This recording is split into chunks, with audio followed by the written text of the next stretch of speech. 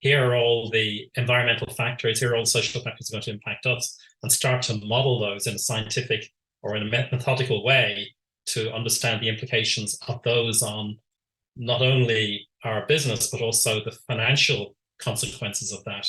And that's something that a lot of organizations haven't done.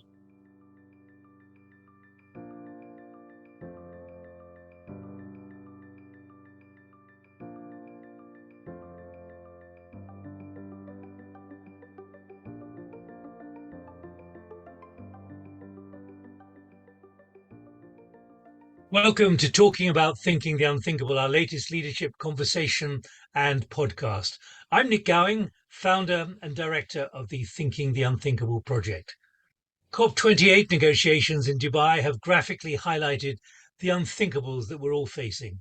We must confront with even greater commitment the deepening climate emergency, the nature and biodiversity emergencies, the sustainability emergency, and so many more. To help achieve that, we have all been bombarded with a torrent of acronyms.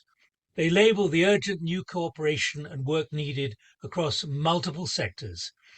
A new one that every business leader must rapidly come to terms with is CSRD. That's the Corporate Sustainability Reporting Directive. Well, it's tempting to dismiss it wearily as, oh, yet another one, but ignore this really at your peril. We thought we should help you by explaining why CSRD is something you must prepare for and do it fast. From 2024, CSRD requires companies to report on the impact of corporate activities on the environment and society. Responding to this and collecting the data is not optional. So joining me is Ray Nulty.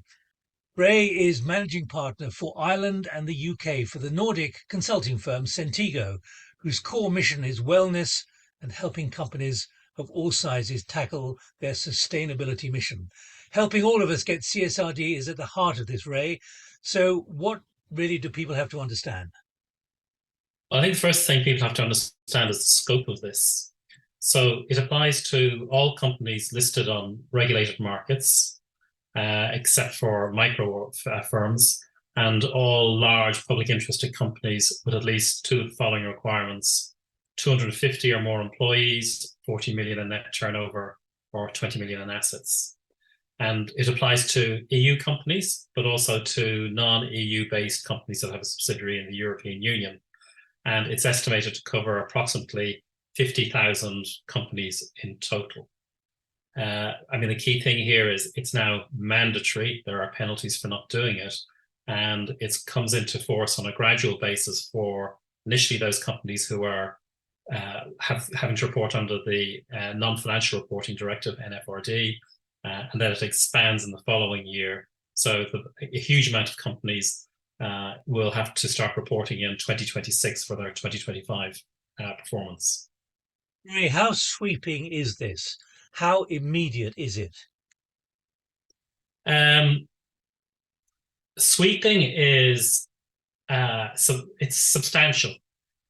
You're asking organizations to look at areas they haven't looked at before. It requires huge visibility downstream and upstream within your value chain. And therefore, the scope of it is nothing which we've ever had to deal with before. So understanding the impact on your customers and your suppliers, and whilst you might know your customers, what are the implications of what your customers are doing for society and the environment, requires pretty in-depth knowledge. And then having to understand the impacts of your suppliers and their suppliers and their suppliers' suppliers is just a huge ask. So that visibility and that scope is really something which many organizations have difficulty with. And are you saying that really this is something of a shock and will be something of a shock, which they've really got to grip and understand? Indeed. And I think that's one of the challenges that many of our clients have is trying to sell this issue internally or prioritize it, because everybody's assumed that all we're talking about is reporting on our greenhouse gas emissions, because that's obviously got the whole climate related issues have got a lot of traction within companies. But from an environmental point of view, it's even gone wider. You're talking about biodiversity, water usage, water stewardship. On the social side, you're looking at the impact on the employees and the suppliers and the communities that your suppliers and customers work in. That is pretty huge. And then from what we call an outside-in perspective, you're being asked to effectively model and define scenarios for the implications of all these interconnected risks, not just climate, but also the social and health risks associated with this, on your strategy and your business model.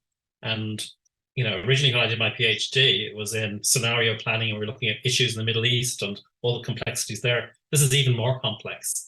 And you're asking companies of mid-size to do these things when they've never had to do them before.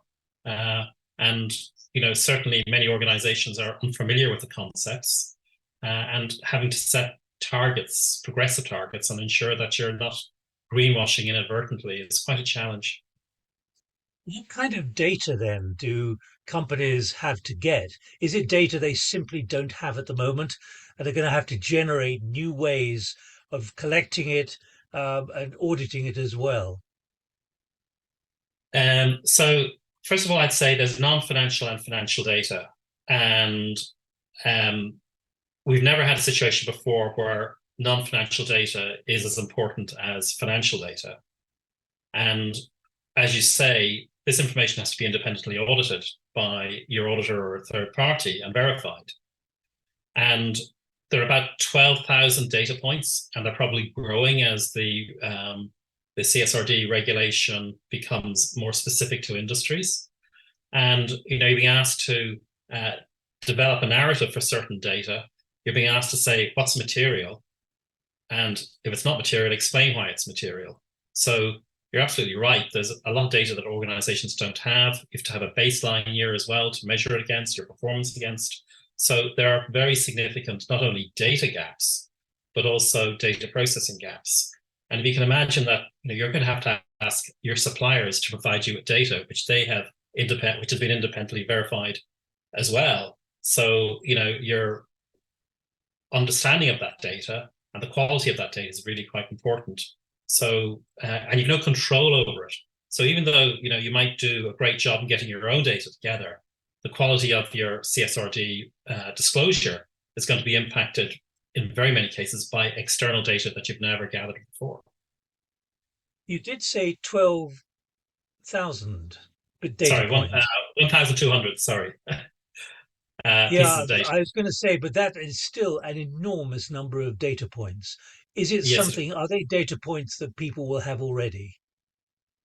No, I would say what you have is a lot of information has been asked for, particularly on the social side, but a lot of our clients would have already, but they've never actually had performance targets against it, or they never reported it. So that's one gap they have. And then there's a range of external data which they're getting, which they're using proxies or calculations to develop, which may not be accurate enough.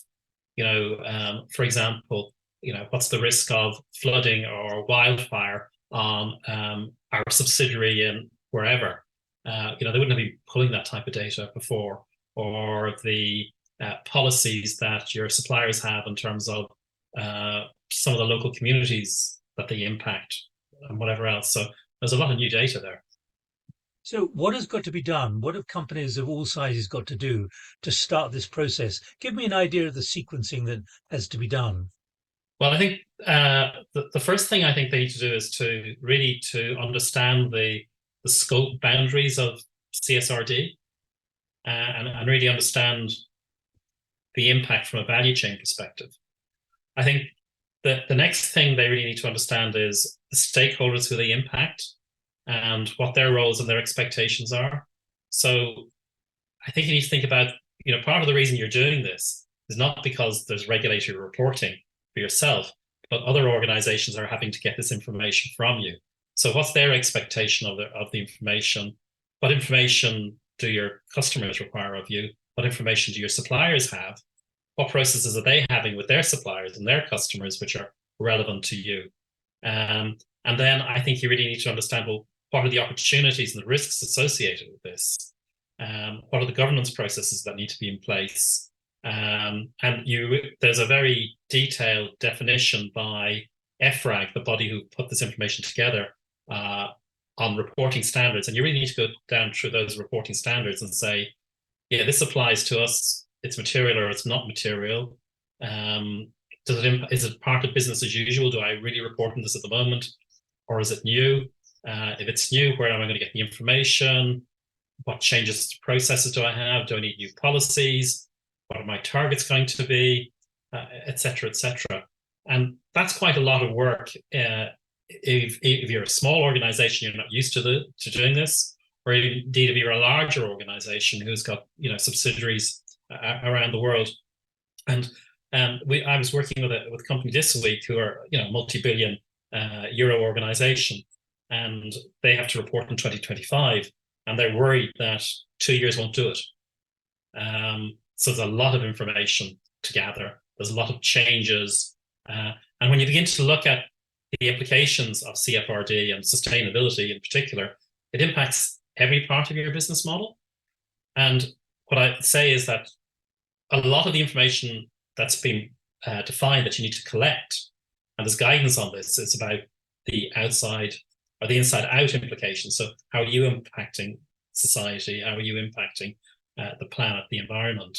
But we've never really done a sophisticated piece of work which basically says, here are all the environmental factors, here are all the social factors going to impact us, and start to model those in a scientific or in a methodical way to understand the implications of those on not only our business, but also the financial consequences of that. And that's something that a lot of organizations haven't done. So that's going to be quite a big challenge. So there's you need a long run into this, and you need to start talking with your key stakeholders up and down your value chain pretty soon in terms of what their plans are. That's not to say that you need to have everything perfect by the January 2025 or the January 2026 deadline, depending on what type of company you are. But I think there will be some leeway, and this process will improve. But I think for me, the issues are going to be not necessarily your own regulatory reports, but being able to keep your customers happy, retain your business, indeed get new business, or be happy with your suppliers that they're actually meeting what you require. So it's quite a big process. What about we've got about 4 minutes left, Ray. What about the process that companies now need to go through? Not just the companies, but of course the people at the top of them, the managers, the executives, the boards, and so on, about what they've got to do to change their attitudes, to realize that there's something really positive here once they've got over the shock of having to do it. Well, what I'd say, first of all, is there are very specific governance requirements around this. So, for example, you do have to have a board member who's nominated responsible for this. You do have to have. In other words, you can't escape. There's no way to escape. No, there isn't. You need, you need to engage with your auditors about this, and in many cases, unfortunately, some of the auditors can't provide those companies with clarification because they're not ready themselves. So it does require a lot of governance and control. And indeed, there's obviously penalties as well if you can't conform with this. But penalties are one thing, but the reputational damage from not being able to provide this information. So what we're normally seeing is that organizations, when we benchmark them, even when they're doing go well on the social side, there's a lot more they have to do in terms of rigor, and then a lot more reporting they have to do. And a lot of policies have to be put in place, or changes to policies which they hadn't suspected. So you'll need probably you need a sustainability policy, a new supplier policy, or a procurement policy, and then you need to update existing policies. So there's a lot to be done, and generally what we're seeing is that boards are very much understanding of this. Certainly the organizations that we're working with, and they appreciate the issues, but I don't think anybody's really developed a coherent and detailed plan to deal with this, and that's part of the priority that these organizations are facing at the moment. What about the role that investors and financial institutions can have in driving this forward as part of the whole business of investing? Yeah, I mean, they certainly have a very important role in this. And I certainly note from COP that this is one of the big issues, the divergence between what the investors require and even what the best companies are doing. Yes, they have a very important role in this. But I think, fundamentally, there are some very big decisions organizations have to make. We ourselves have basically said we will not deal with any organization which is damaging the planet or the environment and is not committed the same way as we are. We see clients who are now beginning to map their customer base based on their exposure. So, for example, am I exposed to aircraft leasing, or am I exposed to the agricultural sector, particularly meat and things like that? If I am exposed there as a risk, and should I be looking at other types of customers? So it's not only the investor, it's also the market risk associated with this that organizations need to consider.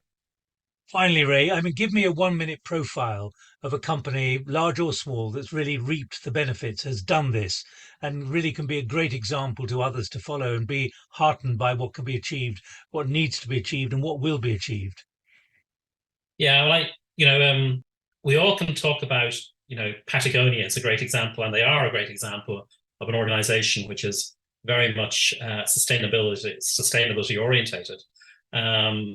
One of our clients, a very small Australian company, which was making beauty products, they basically said, we're just totally sustainability orientated and committed to it. And, for some of the products that they were taking, which were being mined, for example, some of the derma rollers, they had made sure they would only take it from mines that were audited.